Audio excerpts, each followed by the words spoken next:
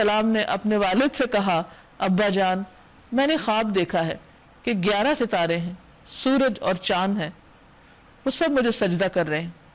جواب میں باپ نے کہا بیٹا اپنا یہ خواب بھائیوں کا نہ سنانا، ورنہ وہ تمہارے پیچھے پڑ جائیں گے، تمہیں نقصان دیں گے، تمہارے خلاف چالیں چلیں گے، کیونکہ شیطان انسان کا کھلا دشمن ہے۔ یوسف علیہ السلام کی کہانی ایک خواب سے شروع ہوتی۔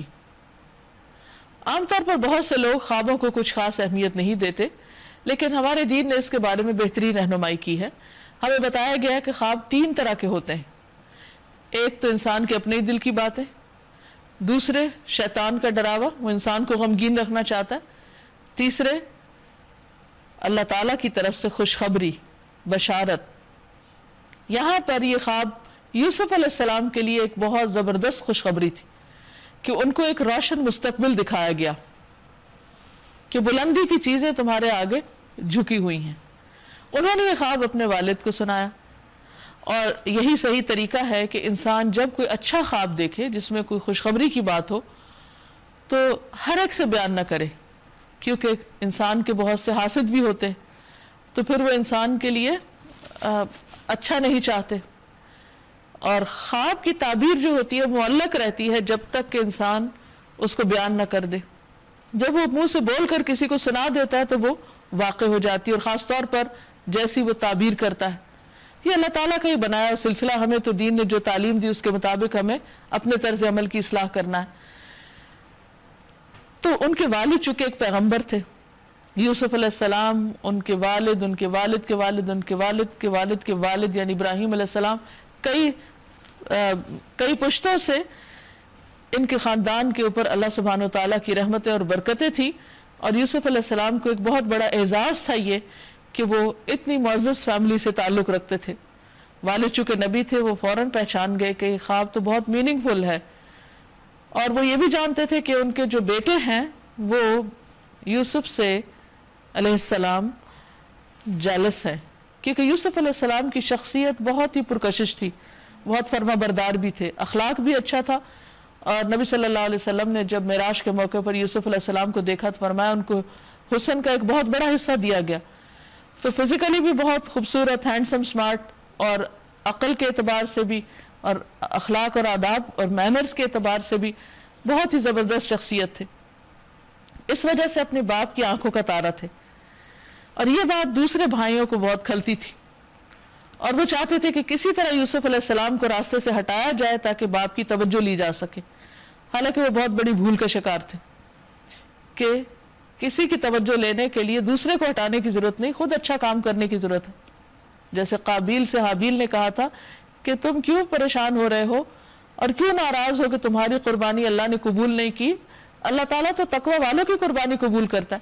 لیکن وہاں بھی قابیل کو حابیل سے حسد ہو گیا اس نعمت پر کہ اللہ تعالیٰ نے اس کے ساتھ یعنی کہ اس کے ساتھ بہتر معاملہ کیا۔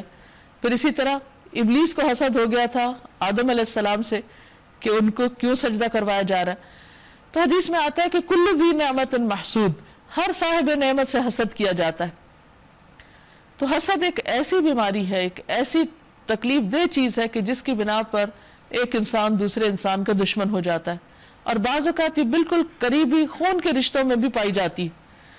تو والد نے ایک بہت ہی خیر خواہی بھری نصیحت کی اور کہا کہ تم یہ اپنا خواب کسی کو مت سنانا، اس میں بھی ہمارے لیے ایک رہنمائی ہے، اور کہا کہ ایسا ہی ہوگا جیسا تم نے خواب میں دیکھا، یہ ہونے والا ہے۔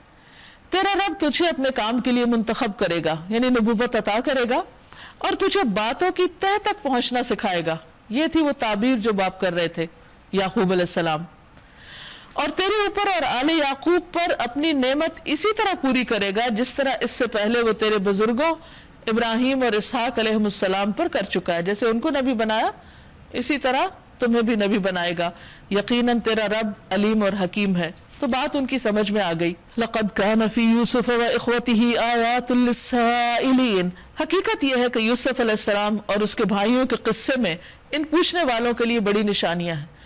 اصل میں کچھ لوگ نبی صلی اللہ علیہ وسلم کے پاس آئے اور ان کے علم کا امتحان لینے لگے اور آپ کی نبوت کا کہ واقعی آپ سچے نبی ہیں یا نہیں، تو انہوں نے حضرت یوسف کے بارے میں سوال کیا کہ وہ کون تھے اور ان کا کیا قصہ ہے، کیونکہ یہ قصہ عربوں میں معروف نہیں تھا، اور تورات وغیرہ میں اگر موجود تھا تو وہ عام لوگوں کی ریچ میں نہیں تھی.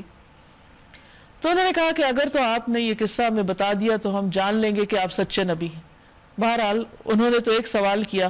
اللہ سبحانہ وتعالیٰ نے وحی کے ذریعے ایک ہی سٹریچ میں نبی صلی اللہ علیہ وسلم کو یوسف علیہ السلام کی پوری زندگی کے حالات وضاحت کے ساتھ بتا دیے, لیکن ماننے والے پھر بھی نہ مانے.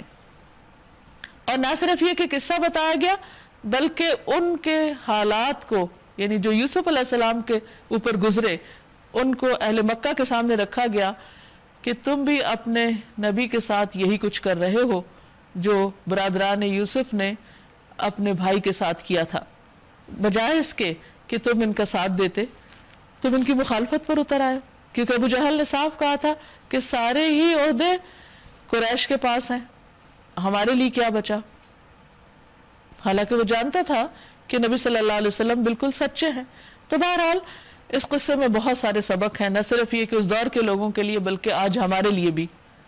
قصہ یوں شروع ہوتا ہے کہ یوسف علیہ السلام کے بھائیوں نے آپس میں کہا کہ یہ یوسف اور اس کا بھائی یعنی بنیامین, جو دونوں ایک ماں سے تھے اور باقی بھائی دوسری ماں سے تھے, دونوں ہمارے والد کو ہم سے زیادہ محبوب ہیں. حالانکہ ہم ایک پورا جتھا ہیں, یعنی ہم 10 ہیں اور ہمارے مقابلے میں صرف 2 ہیں, تو ان کو اپنے جتھا ہونے پر, ایک گروپ ہونے پر بہت فخر تھا. سچی بات یہ کہ ہمارے ابا جان بالکل ہی بہک گئے. چلو یوسف کو قتل کر دو یا اسے کہیں پھینک دو تاکہ تمہارے والد کی توجہ صرف تمہاری طرف ہو جائے. بہت سے لوگ مسائل کا حل یہی سمجھتے ہیں کہ انسان کو ختم کر دو جس سے حسد ہے, حالانکہ اس کو ختم کر کے اس سے بڑے مسائل سامنے آتے ہیں. جیسے قابیل نے حابیل کو جب قتل کر دیا تو ہمیشہ کے لیے ندامت میں پڑ گیا, ڈپریشن میں چلا گیا اور کہتے کہ اسی حال میں ختم ہو گیا. رسول اللہ صلی اللہ علیہ وسلم نے فرمایا لوگ اس وقت تک خیر پر رہیں گے جب تک وہ آپس میں حسد نہیں کریں گے. کسی کی زندگی ختم کرنے والے اپنی دنیا اور آخرت دونوں کا نقصان کرتے ہیں. اس لیے یہ سولوشن بہت ہی مہنگا سولوشن ہے کہ انسان یہ سوچے کہ جو مجھے اچھا نہیں لگتا اس کو میں مار ڈالوں. یہ کام کرنے کے بعد پھر نیک بن جانا. بہت سے لوگ اپنے لیے یہی تعویل کرتے ہیں اپنے غلط کاموں کی اور جسٹیفائی کرتے ہیں خود کو کہ اچھا ابھی تو کر لو جو دل چاہتا ہے اور بعد میں حج پہ چلے جائیں گے, توبہ کر لیں گے. تو انہوں نے بھی یہی سوچا کیونکہ ان کو پتا تو تھا کہ غلط کام کی سزا ملے گی, لیکن اپنے آپ پر کوئی کنٹرول نہیں تھا ان کو. اس پر ان میں سے ایک بولا, کہتے یہ بڑا بھائی تھا, یوسف کو قتل نہ کرو, اگر کچھ کرنا ہی ہے تو اسے کسی اندھے کنویں میں ڈال دو. دیکھیے اللہ کی قدرت, بعض اوقات بہت سارے لوگ آپ کے مخالف ہو جاتے ہیں لیکن اللہ تعالیٰ ان مخالفین میں سے ہی آپ کا کوئی نہ کوئی حامی اور مددگار پیدا کر دیتا ہے. تو اصل بھروسہ اللہ پر ہونا چاہیے اور ساری امید اور تمنا اور دعائیں اسی سے کہ کسی بھی مشکل میں وہ ہمارے حالات درست کر دے. کہا کہ کوئی آتا جاتا قافلہ اسے نکال لے جائے گا.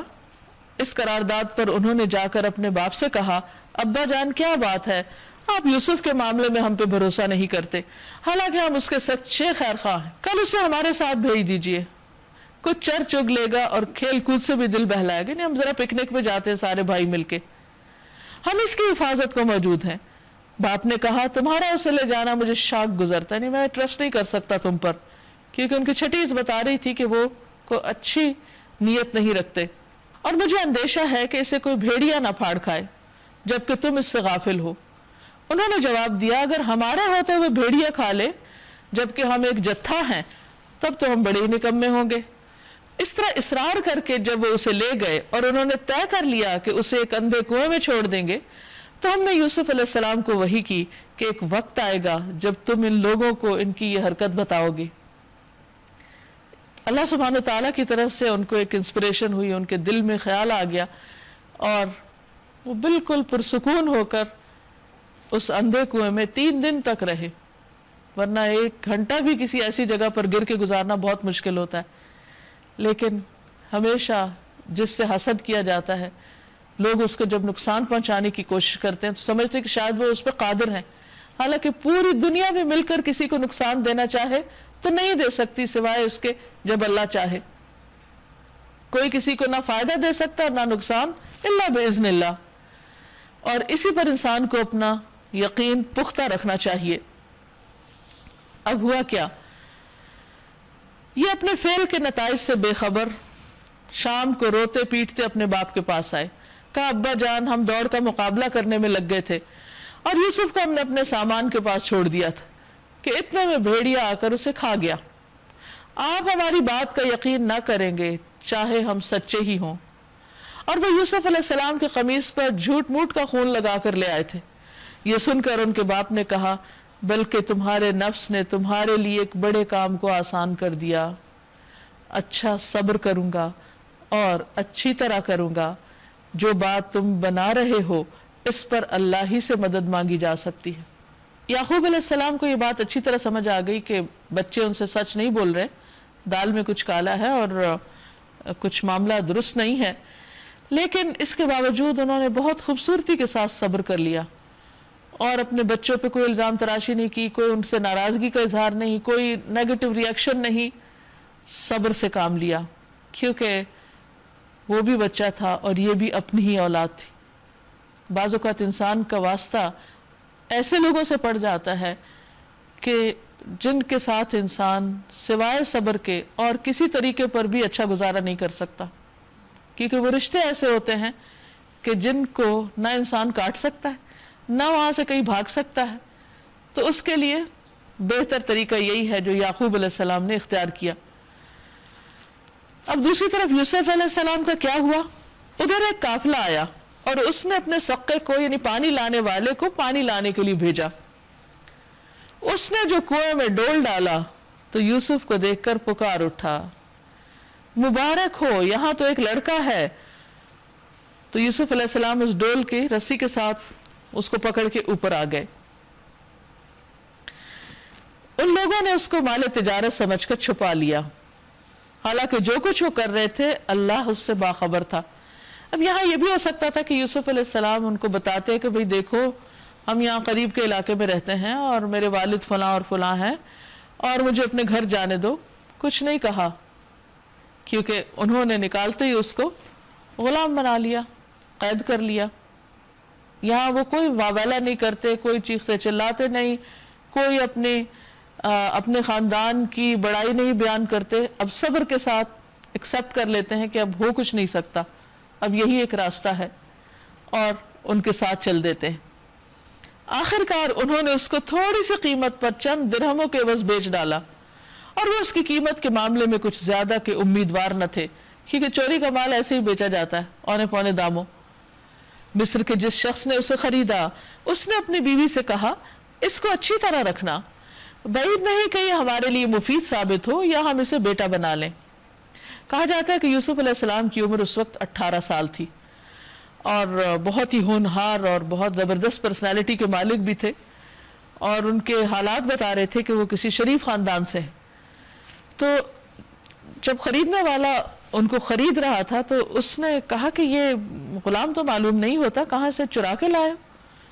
تو اس پر انہوں نے سمجھ لیا کہ یہ معاملہ کچھ اور ہے. تو گھر آ کر اپنی بیوی سے, جس کا تاریخی روایات میں نام زلیخا آتا ہے, اپنی بیوی سے کہا کہ تم اس کو بہت اچھی طرح رکھنا, کیونکہ ان کی اپنی کوئی اولاد نہیں تھی. تو بولے کہ ہم اس کو ہی اپنا بیٹا بنا لیتے ہیں, اور بہت اچھی طرح عزت کا ٹھکانہ ان کو مل گیا یوں. اور یہ شخص جو خریدنے والے تھے یہ خود مصری حکومت میں فائنانس منسٹر تھے. تو اللہ سبحانہ و تعالیٰ کا ایک طریقہ ہے کہ وہ اپنے بندوں کو جو سکھانا چاہتا ہے اس کے لیے ان کو اپنی خاص تدبیروں کے ساتھ وہاں پہنچا دیتا ہے جہاں دوسرا کوئی طریقہ ممکن نہیں ہو سکتا. اب اگر یوسف علیہ السلام اپنے والد کے پاس ہی رہتے تو محبت تو ضرور ملتی, لیکن جو کچھ انہوں نے اس غریب الوطنی میں سیکھا اور جس چیز کو انہوں نے جانا وہ فلسطین کے اس گاؤں میں ممکن نہ تھا. ہماری زندگی میں بہت دفعہ ایسے حالات آتے ہیں جس میں ہم سمجھتے ہیں کہ ہم پہ ظلم ہو رہا ہے, ہمارے ساتھ زیادتی ہو گئی ہے, یہ چیز ہمارے حق میں ٹھیک نہیں ہوئی, لیکن لیٹر آن جا کر پتہ چلتا ہے کہ نہیں وہی بہتر تھا, اس مشکل سے اللہ تعالیٰ کچھ سکھانا چاہتا تھا. تو اس لیے انسان جیسے بھی حالات میں ہو اللہ تعالیٰ کے فیصلوں پر راضی رہے. اس طرح ہم نے یوسف علیہ السلام کے لیے اس سرزمین میں قدم جمانے کی صورت نکالی, یعنی اس کے بغیر وہاں وہ رہ نہیں سکتے تھے مصر میں جا کر, اور اسے معاملہ فہمی کی تعلیم دینے کا انتظام کیا تعویل الاحادیث اس مشکل ماحول میں سکھائی. obviously فائنانس منسٹر تھا تو اس کے پاس ہر طرح کے لوگ آتے ہوں گے اور مختلف چیزیں اس کو وہ کرتے ہوئے خاموشی سے دیکھتے ہوں گے اور اس طرح بہت کچھ سیکھ گئے. واللہ غالب علی امرہ ولکن اکثر الناس لا یعلمون.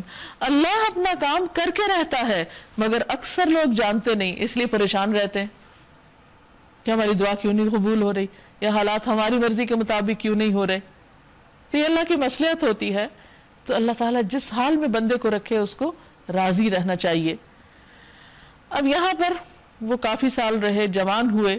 وَلَمَّا بَلَغَ أَشُدَّهُ، جب وہ اپنی جوانی کو پہنچے تو ہم نے انہیں قوت فیصلہ اور علم عطا کیا. اس طرح ہم نیک لوگوں کو جزا دیتے ہیں، یعنی وقت کے ساتھ ساتھ میچور بھی ہوتے گئے. اور عام طور پر یہ جو الفاظ ہیں جس میں حکم و علم ہے، اس میں نبوت کی طرف بھی اشارہ ملتا ہے. عقبہ رضی اللہ عنہ سے روایت ہے کہ نبی صلی اللہ علیہ وسلم نے فرمایا، اللہ کو وہ نوجوان بہت پسند ہے جس کی جوانی میں نادانی نہ ہو، یعنی بہت سوچ سمجھ کے زندگی بسر کرے. اب وہ جس عورت کے گھر میں رہ رہے تھے وہ ان پہ ڈورے ڈالنے لگی، وہ ان کی محبت میں گرفتار ہو گئی اور ایک روز دروازے بند کر کے بولی، آ جاؤ یوسف. یوسف علیہ السلام نے کہا، اللہ کی پناہ، میرے رب نے تو مجھے اچھی منزلت بخشی، بہترین ٹھکانہ دیا، اور میں یہ کام کروں کہ اسی کی ناموس پر میں ہاتھ اٹھاؤں؟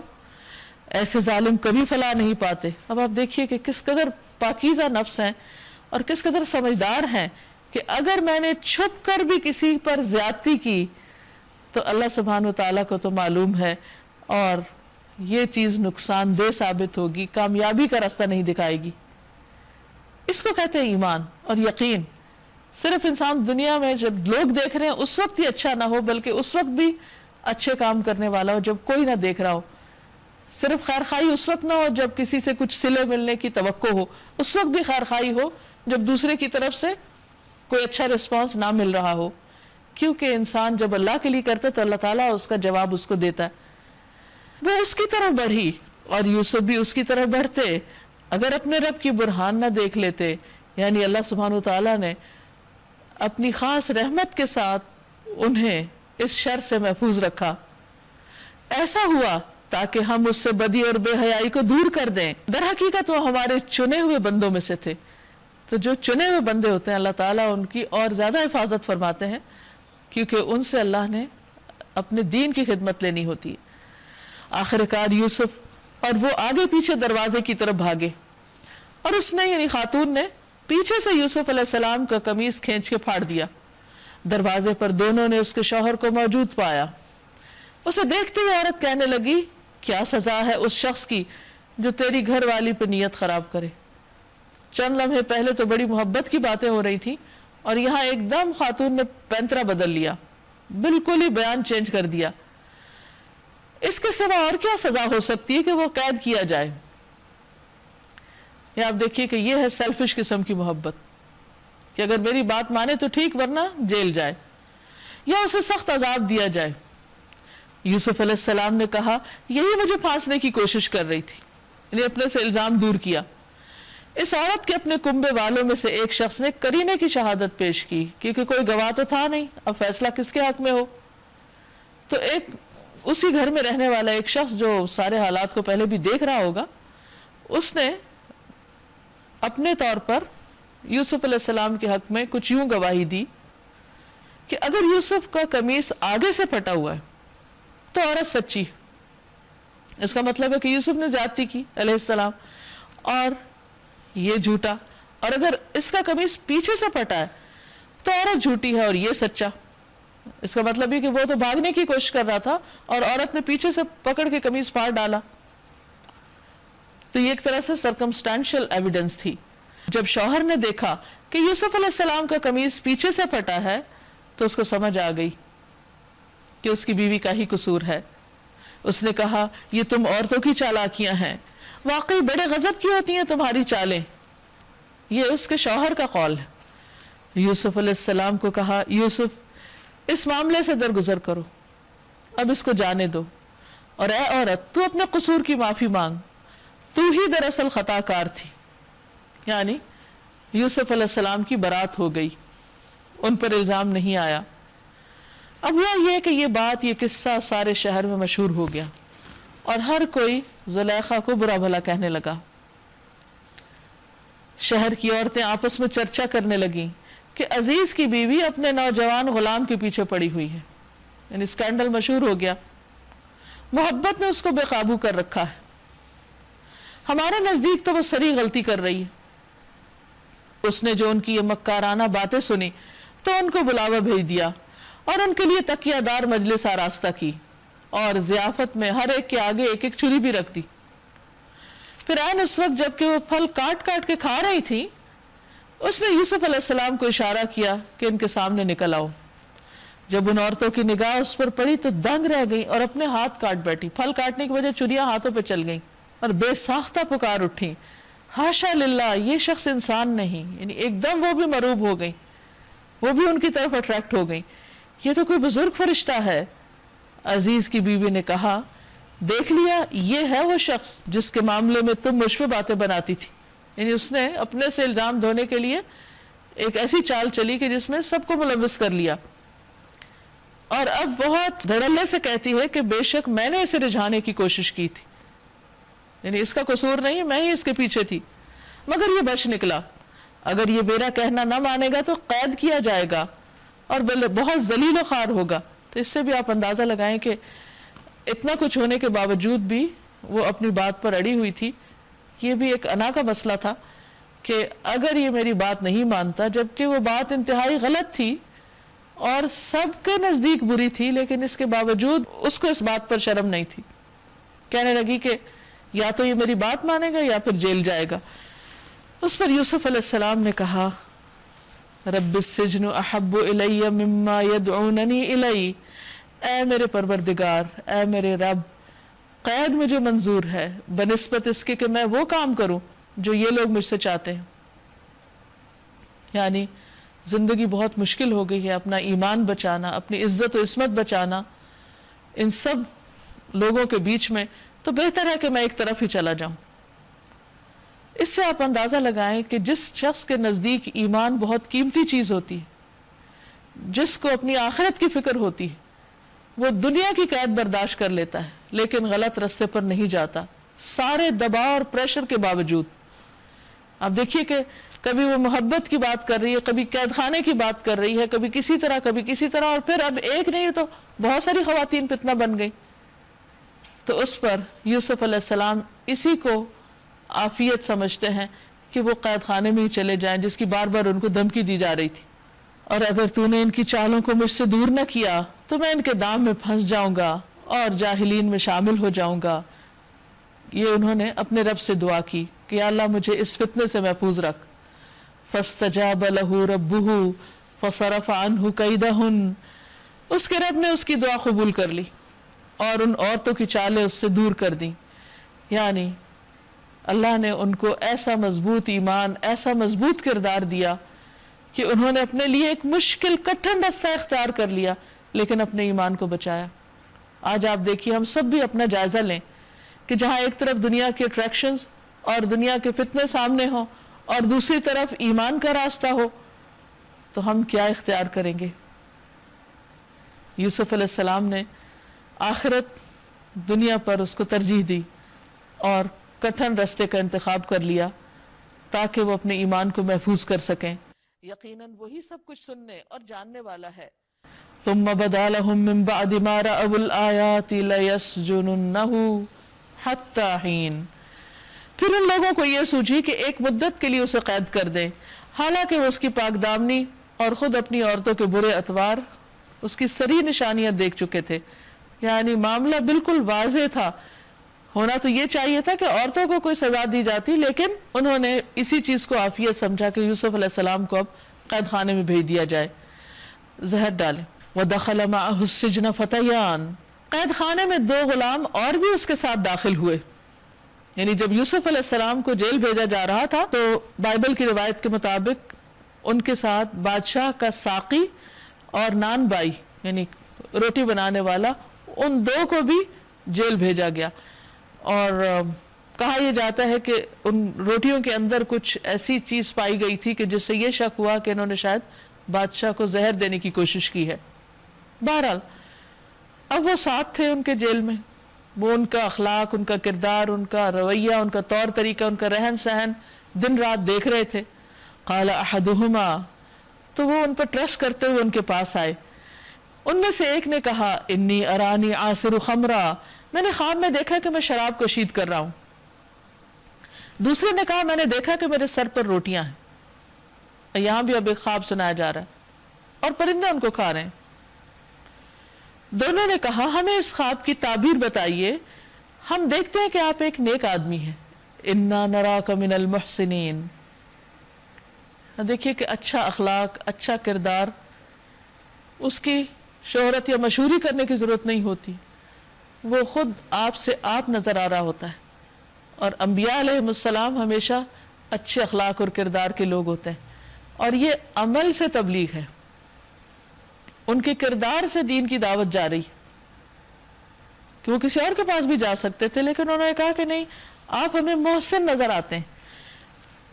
تو محسن وہ ہوتا ہے جو دوسروں کے ساتھ احسان کا رویہ اختیار کرتا ہے. اب مثلا اکٹھے رہ رہے ہیں، بعض اوقات کسی کو آپ کی ہیلپ نہیں چاہیے تھی، لیکن جب آپ اس کو دیکھیں تو اسمائل کریں، جب آپ اس سے کوئی بات کریں، معاملہ کریں تو نرمی کے ساتھ کریں، دوسروں کی کیئر کریں. تو یہ کیئر جو ہوتی ہے یہ انسان کے رویے سے، انسان کی اسمائل سے، انسان کی نگاہوں سے، انسان کے پورے وجود سے چھلک رہی ہوتی. اس کے لیے کسی کو زبان سے بتانے کی ضرورت نہیں ہوتی کہ میں تمہارا بہت خیال رکھتا ہوں اور تم بہت معزز ہو، بلکہ اگر زبان کچھ کہہ رہی ہے اور عمل اس کے مخالف ہو تو وہ اور الٹا پڑتا ہے. جعفر بن ابی طالب نے نجاشی سے کہا اے بادشاہ، ہم جاہل لوگ تھے، ہم بتوں کی عبادت کرتے، مردار کھاتے، بے حیائی کے کام کرتے، رشتہ داریاں توڑتے، پڑوسیوں کے ساتھ بدسلوکی کرتے، ہمارا طاقتور ہمارے کمزور کو کھا جاتا تھا. ہم اسی طرز زندگی پر چلتے رہے حتیٰ کہ اللہ نے ہماری طرف ہم ہی میں سے ایک پیغمبر کو بھیجا جس کے حسب نسب، صدق و امانت اور عفت و عصمت کو ہم جانتے ہیں، یعنی اس کو اچھی طرح پہچانتے ہیں کہ وہ کون ہے. قال لا يأتيكما طعام ترزقانه إلا نبأتكما بتأويله قبل أن يأتيكما.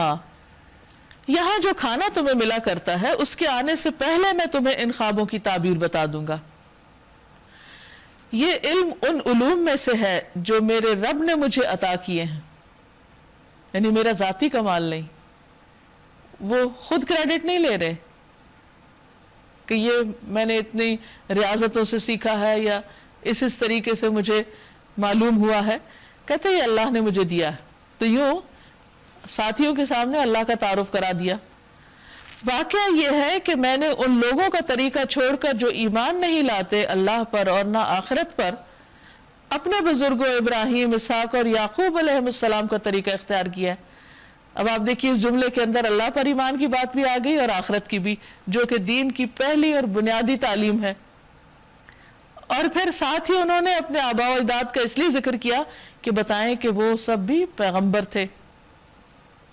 کہا کہ میں اس قوم کے طریقے پر نہیں، ان کے طریقے پر ہوں. آباء و اجداد کی پیروی اس صورت میں بہت اچھی ہے اگر وہ نیک لوگ ہوں، لیکن اگر وہ غلط ہوں تو پھر ان کی پیروی نہیں کی جا سکتی. جیسے ابراہیم علیہ السلام نے اپنے لوگوں کی اور اپنے والد کی پیروی نہیں کی، ان کا رستہ اختیار نہیں کیا، خواہ ان کو کتنی بھی دھمکیاں ملی اور مشکلات کا سامنا کرنا پڑا.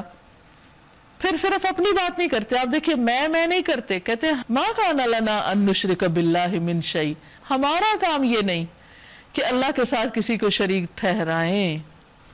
ذالک من فضل اللہ علینا، یہ ہم سب پر اللہ کا فضل ہے. پھر اللہ کی بات کرتے ہیں، پھر اللہ کے فضل کی بات کرتے ہیں، اس کی رحمتوں کی بات کرتے ہیں، کوئی ذاتی کریڈٹ نہیں لیتے. وعلی الناس، اور سب لوگوں پر اللہ کا فضل ہے، صرف ہم پر نہیں. ولکن اکثر الناس لا یشکرون، لیکن لوگوں کی اکثریت شکر گزار نہیں ہوتی، وہ اس نعمت کو، نعمت ہدایت کو پہچانتی نہیں، اس کو قبول نہیں کرتی اور اللہ کی شکر گزار نہیں ہوتی. پھر ان سے مخاطب ہو کے کہتے ہیں یا صاحبی السجن، اے میرے دو ساتھیوں، قید خانے کے ساتھیوں، زنداں کے ساتھیوں. ان کو ساتھی کہہ کے پکارے، مائی فرینڈز، مائی کمپینینز، یعنی میں بھی جیل میں ہوں، قید خانے میں ہوں، اور تم بھی. کامن گراؤنڈ کی بات کر رہے ہیں. لیکن یہ چیز ہم سب میں ایک جیسی ہے. تو اس سے کیا ظاہر ہوتا ہے؟ ان کا کنسرن، ان کی کیئر اور ان کی سنسیئرٹی، اور ان کو اپنے قریب کر لیا. تو جو شخص اللہ کی طرف لوگوں کو بلائے وہ اپنے اور ان کے بیچ میں بہت ڈسٹینس نہ رکھے. تمام پیغمبر جس قوم کی طرف بھیجے گئے اس کو یا قومی، اے میری قوم کہہ کے پکارتے رہے، ان کے ساتھ اپنی ایسوسیشن ظاہر کی، کنسرن ظاہر کیا. یہاں یوسف علیہ السلام بھی اسی طرح ان کو اپنا ساتھی کہہ کے پکارتے ہیں، اور خواب کی تعبیر بتانے سے پہلے لوگوں کو اللہ سے جوڑتے ہیں. کہتے ہیں تم خود ہی سوچو کہ بہت سے متفرق رب بہتر ہیں یا ایک اللہ جو سب پہ غالب ہے. وہ سے سوال کرتے ہیں. سوال کیوں کیا جاتا ہے؟ تاکہ دوسرا شخص خود غور و فکر کرے. تبلیغ کی بہترین حکمت ہے. یہ نہیں کہتے کہ دیکھو ایک اللہ کو مانو، کہتے ہیں ایک بہتر ہے یا پھر بہت سارے، اور پھر ساتھ ہی بتاتے ہیں کہ ما تعبدون من دونہ الا اسماء سمیتموہا، اس کو چھوڑ کر تم جن کی بندگی کر رہے ہو وہ اس کے سوا کچھ نہیں کہ بس چند نام ہیں جو تم نے اور تمہارے آباء و اجداد نے رکھ لیے. یعنی جن ہستیوں کو تم اللہ کے سوا پکارتے ہو ان کی کوئی حیثیت نہیں، کوئی حقیقت نہیں، وہ ہے ہی نہیں. تم ایسے خلا میں تیر مار رہے ہو، کچھ بھی نہیں ہے وہاں. یہ صرف نام ہیں جو تم نے رکھ لیے ہیں. کسی کو کسی چیز سے منسوب کیا ہوا، کسی کو کسی سے کہ وہ رزق دیتے ہیں یا اولاد دیتے ہیں یا بگڑی بناتے ہیں یا مشکل آسان کرتے ہیں یا بیماریوں کو دور کرتے ہیں یا فریادیں تمہاری سنتے ہیں. یہ سب تمہارے اپنے تخیلات ہیں، ان کی کوئی حقیقت نہیں، اور یہ سب کچھ تم نے باپ دادا سے لیا. اب یہاں پر آ کر وہ اس طریقے کے اوپر ایک تنقید بھی کر رہے ہیں کہ بہت ہی مثبت انداز میں اس کی حقیقت بتا کر اللہ نے ان کے لیے کوئی سند نہیں اتاری. یعنی یہ کوئی دلیل ہی نہیں ہے کہ اللہ کے سوا کسی اور کو تم رب مانو. ان الحکم الا للہ، حکم تو بس اللہ ہی کا ہے. امر اللہ تعبدوا الا ایاہ، اللہ نے حکم دیا ہے کہ اس کے سوا کسی کی عبادت نہ کرو. ذالک الدین القیم، یہ ہے درست دین، یہ ہے صحیح سیدھا طریقہ زندگی. ولکن اکثر الناس لا یعلمون، لیکن اکثریت لوگ جانتے ہی نہیں کہ صحیح طریقہ زندگی کیا ہے. یہاں پر آپ دیکھیے کہ اپنی بات بھی کرتے ہیں، آباء و اجداد کی بھی کرتے ہیں، سامنے والوں کی بھی کرتے ہیں، لوگوں کی میجورٹی کی بھی کرتے ہیں. تو اتنا بیلنسڈ وے آف پریچنگ ہے یا ٹیچنگ ہے کہ جس میں دوسرے شخص کے اوپر کوئی بوجھ نہیں پڑ رہا. یا صاحبی السجن، اے میرے زندہ کے ساتھیو، تمہارے خواب کی تعبیر یہ ہے کہ تم میں سے ایک اپنے رب یعنی شاہ مصر کو شراب پلائے گا، یعنی واپس اپنے عہدے پہ بحال ہو جائے گا. رہا دوسرا تو اسے سولی چڑھا دیا جائے گا اور پرندے اس کا سر نوچ نوچ کے کھائیں گے. فیصلہ ہو گیا اس بات کا جو تم پوچھ رہے تھے. پھر ان میں سے جس کے متعلق خیال تھا کہ وہ رہا ہو جائے گا، اس سے یوسف علیہ السلام نے کہا اپنے رب سے میرا ذکر کرنا، یعنی جا کر میری سفارش کرنا کہ مجھے بے وجہ جیل میں ڈالا گیا. مگر شیطان نے اسے ایسا غفلت میں ڈالا کہ وہ اپنے رب سے اس کا ذکر کرنا بھول گیا. یعنی شاہ مصر سے واپس جا کر بیان کرنا بھول گیا، حالانکہ وہ اس کو ساقی تھا، شراب پلانے والا تھا، اس کا قریب تھا، لیکن اس کو یاد ہی نہیں رہا. اور یوں یوسف علیہ السلام کئی سال قید خانے میں پڑے رہے. وہ کس نے بھلوایا؟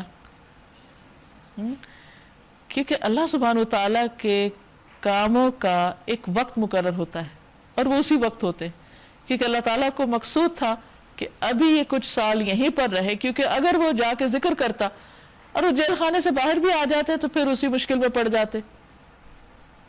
تو اتنا عرصہ یوسف علیہ السلام کو اللہ تعالیٰ نے سیکلوژن میں رکھ کر بہت کچھ سکھایا،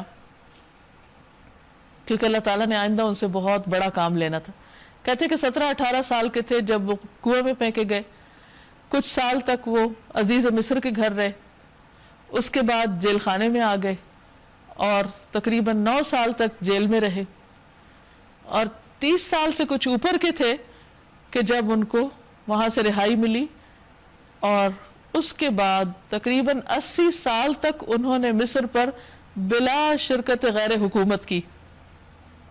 اب آپ دیکھیے کہ ان کی آزمائشیں کب تک تھی، تقریباً 30 سال تک، اور اس میں بھی اگر 18 سال پہلے نکال دیے جائیں تو کوئی بہت لمبا عرصہ نہیں بنتا بنسبت اس کے کہ جو اس سارے امتحان کے بعد میں ان کو اتنے زبردست اختیار کی شکل میں ملا.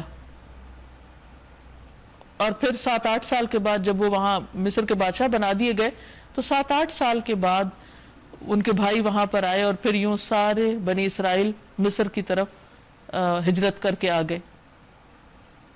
تو یہ اللہ تعالیٰ کا ایک طریقہ ہے اور اللہ تعالیٰ کے کاموں کا ایک وقت مقرر ہے اور وہ اس نے اپنی حکمت کے ساتھ مقرر کر رکھا ہے کہ بندوں کو کس وقت کیا کرنا چاہیے. اب ہوا یہ کہ وہ وقت آ گیا کہ ان کو جیل سے نکالا جائے. وقال الملک انی ارا 7 بقرات سمان یاکلہن 7 عجاف. ایک روز بادشاہ نے کہا میں نے خواب میں دیکھا ہے کہ 7 موٹی گائیں ہیں جن کو 7 دبلی گائیں کھا رہی ہیں اور اناج کی 7 بالیں ہری ہیں اور دوسری 7 سوکھی ہیں. اے اہل دربار مجھے اس خواب کی تعبیر بتاؤ اگر تم خوابوں کا مطلب سمجھتے ہو. لوگوں نے کہا یہ تو پریشان خوابوں کی باتیں ہیں اور ہم اس طرح کے خوابوں کا مطلب نہیں سمجھتے, ہمیں نہیں معلوم. لیکن اصل میں تو یہ ایک تدبیر تھی اللہ تعالیٰ کی کہ بادشاہ کو جو مشرک تھا اور عام دنیا دار انسان تھا اس کو ایک سچا خواب دکھا دیا اور اس کی تعبیر یوسف علیہ السلام کے علاوہ کسی کو معلوم نہیں تھی. اور یوں یوسف علیہ السلام کے جیل سے نکلنے کا ایک بہانہ بن گیا. ان 2 قیدیوں میں سے جو بچ گیا تھا اسے ایک مدت دراز کے بعد بات یاد آئی. اس نے کہا میں آپ حضرات کو اس کی تعویل بتاتا ہوں, ذرا مجھے قید خانے میں یوسف کے پاس بھیج دو. یعنی اتنے سالوں کے بعد بھولی ہوئی بات یاد آ گئی. اوہ میں نے تو یعنی کہ وہ کیا ہوا, تو یوسف ہی خواب کی تعبیر بتا سکتے ہیں. اس نے جا کر کہا یوسف اے سراپا راستی, ایھا الصدیق, اے سچے دوست, مجھے اس خواب کا مطلب بتاؤ کہ 7 موٹی گائیں ہیں جن کو 7 دبلی گائیں کھا رہی ہیں اور 7 بالیں ہری ہیں اور 7 سوکھی ہیں. شاید کہ میں ان لوگوں کے پاس واپس جاؤں اور شاید کہ وہ جان لیں. یوسف علیہ السلام نے کہا 7 برس تک لگاتار تم لوگ کھیتی باڑی کرو گے. اس دوران میں جو فصلیں تم کاٹو گے ان میں سے بس تھوڑا سا حصہ جو تمہاری خوراک کے کام آئے نکالو اور باقی اس کو بالیوں میں ہی رہنے دو. پھر 7 برس بہت سخت آئیں گے. اس زمانے میں وہ سب غلہ کھا لیا جائے گا جو تم اس وقت کے لیے جمع کرو گے. اگر کچھ بچے گا تو بس وہی جو تم نے محفوظ کر رکھا ہوگا. ثم یأتی من بعد ذلك عام فیہ یغاث الناس وفیہ یعصرون. پھر اس کے بعد 1 سال ایسا آئے گا جس میں باران رحمت سے لوگوں کی فریاد رسی کی جائے گی, نہیں خوب بارشیں برسیں گی اور اس میں وہ رس نہ چھوڑیں گے. بادشاہ کو تعبیر بتا دی گئی جا کر. جب بادشاہ نے تعبیر سنی تو انہیں یوں لگا کہ اٹ میک سینس. کہا جاؤ اس کو بلا کے لاؤ. وقال الملک اتونی بہ, بادشاہ بولا اس کو میرے پاس لے آؤ.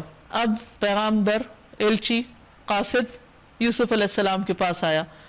فلما جاءہ الرسول, جب پیغام لانے والا شاہی فرستادہ یوسف علیہ السلام کے پاس پہنچا, قال ارجع الی ربک, تو یوسف علیہ السلام نے کہا اپنے آقا کے پاس واپس جاؤ. فاسألہ ما بال النسوۃ اللاتی قطعن ایدیہن, دیکھو ان عورتوں کا کیا حال ہے جنہوں نے اپنے ہاتھ کاٹ لیے تھے, اب ان کا کیا معاملہ ہے, کیا ابھی تک اپنے اسی موقف پہ ہیں یا کچھ اور بات ہے. میرا رب تو ان کی مکاری سے خوب واقف ہے. اس پر بادشاہ نے ان عورتوں سے دریافت کیا تمہارا کیا تجربہ ہے اس وقت کا جب تم نے یوسف کو رجھانے کی کوشش کی تھی. قلنا حاشا للہ, سب نے یک زبان ہو کر کہا حاشا للہ, اللہ کی قسم ہم نے تو اس میں بدی کا شائبہ تک نہیں پایا. عزیز کی بیوی بول اٹھی, اب حق کھل چکا ہے, وہ میں ہی تھی جس نے اسے پھسلانے کی کوشش کی تھی, بے شک وہ بالکل سچا ہے. تو اس سے اندازہ لگائیے کہ کس طرح یوسف علیہ السلام اتنا عرصہ جیل میں گزارنے کے باوجود صبر سے اپنے معاملے کو درست کرتے, جلدی نہیں کرتے. نبی صلی اللہ علیہ وسلم فرمایا کہ اگر میں ہوتا تو فوراً ہی دروازے کی طرف لپکتا, لیکن یوسف علیہ السلام اتنا صبر کرنے والے تھے کہ انہوں نے کہا کہ میں پھر باہر آؤں گا تو کہیں وہی مشکل پھر شروع نہ ہو جائے, پہلے تو ان عورتوں کی رائے لے لی جائے کہ کیا وہ اپنے پرانے موقف پر ہیں یا اپنا نظریہ میرے بارے میں چینج کر چکی ہیں, کیا وہ سچی گواہی دیتی ہیں. ذَلِكَ لِيَعْلَمَ أَنِّي لَمْ أَخُنْهُ بِالْغَيْبِ, یوسف علیہ السلام نے کہا اس سے میری غرض یہ تھی کہ عزیز جان لے کہ میں نے در پردہ اس کی خیانت نہیں کی، کیونکہ پیغمبر کبھی خیانت نہیں کرتے. نبی صلی اللہ علیہ وسلم کی جان کے دشمن بھی آپ کی امانت کے گواہ تھے کہ آپ صادق اور امین ہیں. یہاں یوسف علیہ السلام بھی اپنے بارے میں بتاتے ہیں کہ میں نے خیانت نہیں کی، کیونکہ انہیں لوگوں کو دین کی بات بتانی ہوتی، اور اگر وہ امانتی نہ ہو تو اللہ کے پیغام کو کیسے پورا ٹھیک پہنچائیں گے.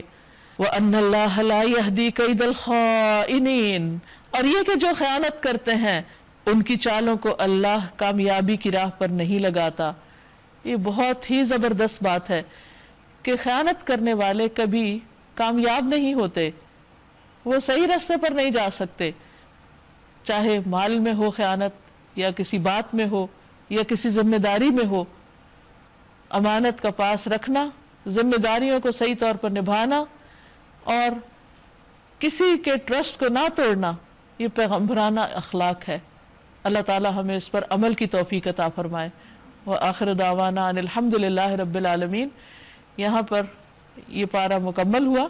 اب اس سلسلے میں اگر آپ کچھ کہنا چاہیں، اپنے کوئی ریفلیکشنز دینا چاہیں، کوئی بات کرنا چاہیں تو پلیز آپ ضرور کیجئے. Most welcome. اس پارے کے شروع میں جو رزق کی بات کی ہوئی ہے تو اس سے مجھے ایک چیز کلک کری کہ رزق جس کا وعدہ کیا ہوا ہے اللہ تعالیٰ نے کہ وہ ملے گا اور اس کا مجھ کو متعین کر دیا گیا ہے انسان کے لیے، لیکن ہم لوگ اسی رزق کے لیے کتنے پریشان رہتے ہیں، اور آخرت میں ہمارا انجام جو ہے اس کے بارے میں ہمیں کوئی گارنٹی نہیں دی گئی ہے، لیکن ہم پھر بھی اس کی فکر نہیں کرتے. تو مجھے یہ چیز بہت زیادہ کلک کری تھی. اس تفسیر میں مجھے جو بات بہت زیادہ اہم لگی اور کلک کی وہ تبلیغ کی حکمت، کہ جیل میں ہیں، پریشانی میں ہیں، تکلیف میں ہیں، پھر وہ تبلیغ کر رہے ہیں. اس کے ساتھ حکمت دیکھیے کہ غور و فکر کی دعوت دے رہے ہیں اور رب سے جوڑ رہے ہیں. تو ہمیں یہ چیز جو ہے اپنی عام زندگی میں اپنانے کی بہت ضرورت ہے کہ ہم کوشش کریں اس کو. مجھے جو بات بہت کلک کی وہ سورہ ہود کی آیت نمبر 24 تھی کہ ہم کیسے سمجھ سکتے ہیں کہ ایک دیکھنے والا اور ایک اندھا اور ایک سننے والا اور ایک بہرا برابر ہو سکتے ہیں. تو اس کی ڈیپتھ میں جب جا کے آپ نے سمجھایا پورا تو وہ کھل کے پتہ چلا کہ ہم کتنے غافل ہیں. ہم سمجھتے ہیں کہ ہم صرف حضور صلی اللہ علیہ وسلم کی امتی ہیں تو ہم بخش دیے جائیں گے. پچھلی قوموں کا اتنا ذکر کیا گیا کہ ان پہ کیسے کیسے عذاب نازل ہوئے اور ان کی بھی سب کی پکڑ ہوئی، اور ان کے اندر جتنی بھی خرابیاں تھیں وہ آج کل ہمارے اندر سب پائی جاتی ہیں. پھر بھی ہم ایک لا علمی میں مبتلا ہیں کہ ہمیں بخش دیا جائے گا صرف یہ کہ ہم امتی ہیں. تو یہ بڑا ایک ریالٹی چیک ملا ہے اور ذمہ داری پوری کرنے کی بالکل وہ کرتے نہیں ہم، لیکن ہم ایکسپیکٹیشنز ہماری بہت بڑی ہوئی ہیں. سورہ ہود میں ہم کو بہت زیادہ استغفار کی فضیلت ملتی ہے. آیت نمبر 3، 52، 61 اور 90 میں استغفار کی فضیلت کے سارے پیرائے دیے ہیں. اور آپ نے جو کہا نا مشکل سے نکلنے کا بہترین ذریعہ استغفار ہے، اور وہ پوری صورت جو ہے وہ استغفار کے اوپر ہمیں ہدایت دے رہی ہے کہ کیا کیا فائدے ہیں. اور دوسری بات جو بہت زیادہ اہم مجھ کو یہاں لگی کہ ہر شخص اپنے عمل کا خود ذمہ دار ہے، کہ پیغمبر کی فیملی سے ہیں تو بھی بخشش نہیں ہے. مجھے آج اس میں 2-3 چیزیں بہت اپنے عمل کے لیے کچھ دوبارہ سے یاد دہانی ہوئی کہ جیسے 2 دفعہ یہ آیت آئی ہے کہ اکثر لوگ جانتے نہیں ہیں، اور ایک دفعہ یہ آیت آئی ہے کہ اکثر لوگ شکر گزار نہیں ہیں. لیکن عموماً عام طور پہ ہم سے بھی کوتاہی ہو جاتی ہے کہ بھئی سب کہہ رہے ہیں تو ٹھیک ہی ہوگا نا. جبکہ سورہ ہود کی آخری آیت میں آپ دیکھیں کہ اس میں اللہ تعالیٰ فرما رہے ہیں کہ تمہارے ہر عمل کو میں جانتا ہوں. تو جو الٹیمیٹ نالج رکھتا ہے اس پر بلیو کرنا ہے، یا جن کی لمیٹڈ نالج ہے ان کے پیچھے لگنا ہے. یہ بہت اہم لگا مجھے اپنے عمل کے لیے. میں یہ کہہ رہی تھی کہ انسان جب یہ چاہتا ہے کہ اس کا نام اعمال اس کو خوش کر دے، اور تو اس کو چاہیے کہ کثرت سے استغفار کرے. تو جیسے ہم لوگ نفل پڑھ کے توبہ استغفار کر لی، یا کوئی گناہ کیا اس کا ایک دم سے یاد آ گیا تو استغفار کر لی. تو کیا یہ جو ہم چلتے پھرتے اور اٹھتے بیٹھتے استغفر اللہ یا تسبیح ہاتھ میں لے کے کوئی کام کر رہے ہیں تو بے دہانی میں پڑھتے جا رہے ہیں، تو کیا یہ بھی صحیح ہے، یا بے دہانی میں کوئی اس کا وہ نہیں ہے کہ نہیں پڑھنا چاہیے ایسے؟ ناظرین، اس کے ساتھ ہی ہمارے آج کے پروگرام کا وقت ختم ہوتا ہے. آپ سے اجازت چاہتے ہیں. اللہ تعالیٰ سے دعا ہے کہ وہ ہم نے جو کچھ پڑھا ہے اس پر ہمیں